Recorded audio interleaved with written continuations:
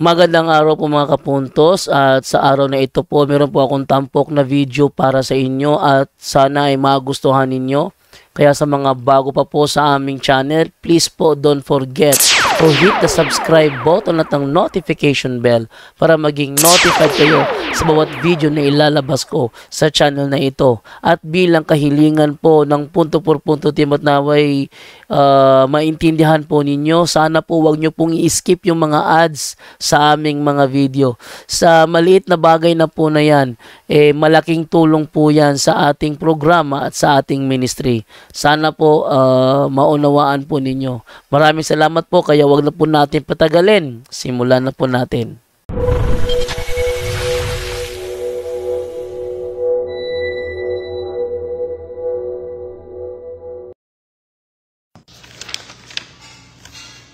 Okay mga kapatid, galing tayo sa hospital at nagpaluto tayo ng pagkain.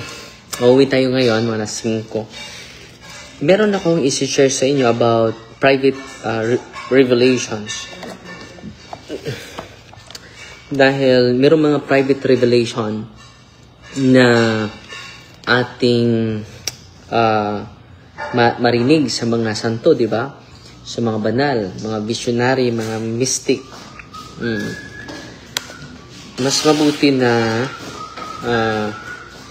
malaman natin itong private revelation. Anong kaibahan nito sa public revelation? Due to a special nature of its sources, the life of Mary as seen by the mystic does not purport to be, and therefore should not be considered a historical biography.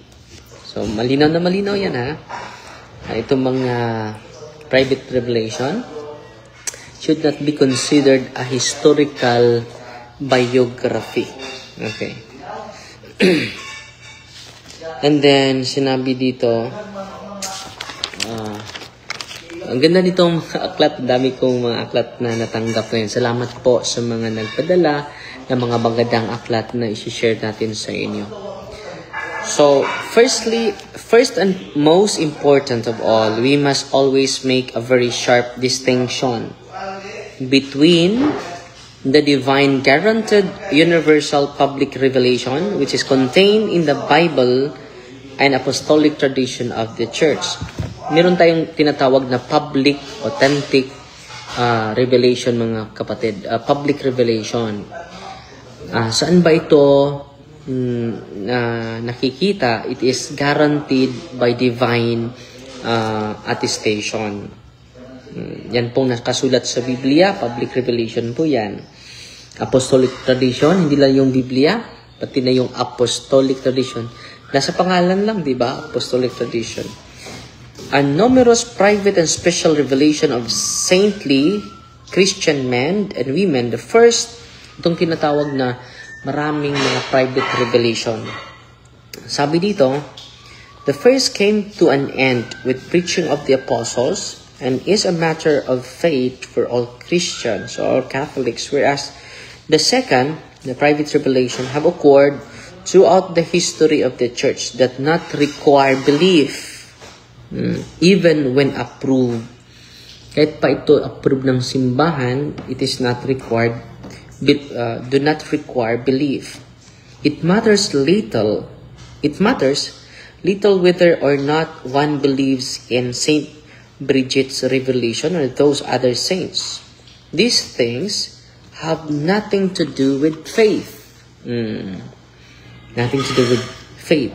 Even when the church approves them, they are not to be used as deciding question of history, philosophy, or theology. As long as it is private revelation. Pero maka-inspire sa atin, pero it is not, sabi dito, they are not to be used as deciding question of history, philosophy, or theology. Next, we must understand why it is possible that the writings or revelation of some saintly mystic have occasionally contained minor inaccuracy or details which do not agree with similar accounts or other equally holy mystics. Meron silang mga seemingly contradictory. Kaya nga, it is not, sabi dito, they are not to be used as deciding questions of history, philosophy, or theology. Like for instance, merong example dito mga kapatid. Like for instance, this is especially observable when their visions represent historical scenes, such as the life and death of Jesus Christ and his mother. For instance, Saint Bridget and Mary of Agreda differ as to various details of the Nativity. Sister Anna Catherine Emmerich saw the Savior crucified with 3 nails, whereas Saint Bridget saw 4 nails. And other 3 disagree concerning the number of years which Blessed Virgin Mary lived after the crucifixion. Take note, this does not mean that each case only one mystic saw correctly and the others must have been mistaken. For us, Father Polen very wisely explains, and the importance of this statement for our work cannot be overstressed. When vision represent historic scenes, we often have an approximate and probable likeness only. Mga probability lang po yun. It is a mistake to attribute an absolute accuracy to them. Many saints have, in fact, believed that the event took place exactly as they saw it. But God does not deceive us when He modifies certain details. If He tried Himself down to absolute accuracy in these matters, we should soon be seeking to satisfy in visions an idle desire for erudition in history or archaeology. So ito po, palatandaan na hindi talaga ito, they are not used to be as deciding question of history. So punta tayo sa public revelation. Yung nasa Biblia, nasa teaching ng simbahan, apostolic tradition. Okay? Malinaw ba yan? Okay. Patuloy tayo. He has a nobler aim, that of soul sanctification, that arose in her love of Jesus' suffering. Is like a painter who, in order to excite our piety, is content to paint scenes in his own manner. Di ba? Katulad din ng mga artists, no? Without departing too far from the truth. This argument cannot be applied to the historical books of the Bible. God has another reason for modifying certain details. Sometimes He adds them to a historical scene in order to bring out the secret meaning of the mystery. So hindi talaga natin ma-digest lahat, mga kapatid.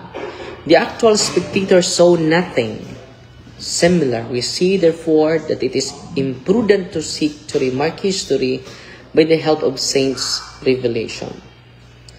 And in his article on the same subject, the Catholic Encyclopedia, Father Polen adds, a vision need not guarantee its accuracy in every detail. Hindi kailangan na accurate. One should thus beware of concluding without examination that revelation are to be rejected. Much less should one suspect that the saints have been always or very often deceived in their vision. On the contrary, such deception is rare. And as a rule, in important matters only. So dito mga kapatid, hina-highlight niya na ang pinaka-importante is the sanctification of our soul. No? One should thus beware of concluding without examination that revelation are to be rejected. A vision that guarantee its accuracy, no, in every detail. Kaya nga private revelation. So kung private revelation, hindi tayo absolute na kailangan tanggapin natin. Tanggapin mo man yan o sa hindi ka magkasala. It is a private revelation. They are not to be used as deciding question of history. Take note ha? Private revelation. Ulitin ko ha. The second have occurred throughout the history of the church. Do not require belief, even when approved. It matters little whether or not one believes in Saint Bridget's revelation or those of other saints. These things have nothing to do with faith. So yan po mga kapatid, baka yung mga revelation ninyo mas superior pa sa public revelation. Delikado po yan. Okay? Kailangan yung public revelation yung talaga yung last say. Deciding questions is the public revelation. Hindi po yung private revelation po. Yun po ang kaibahan. Sana clear sana meron tayong clear distinction sa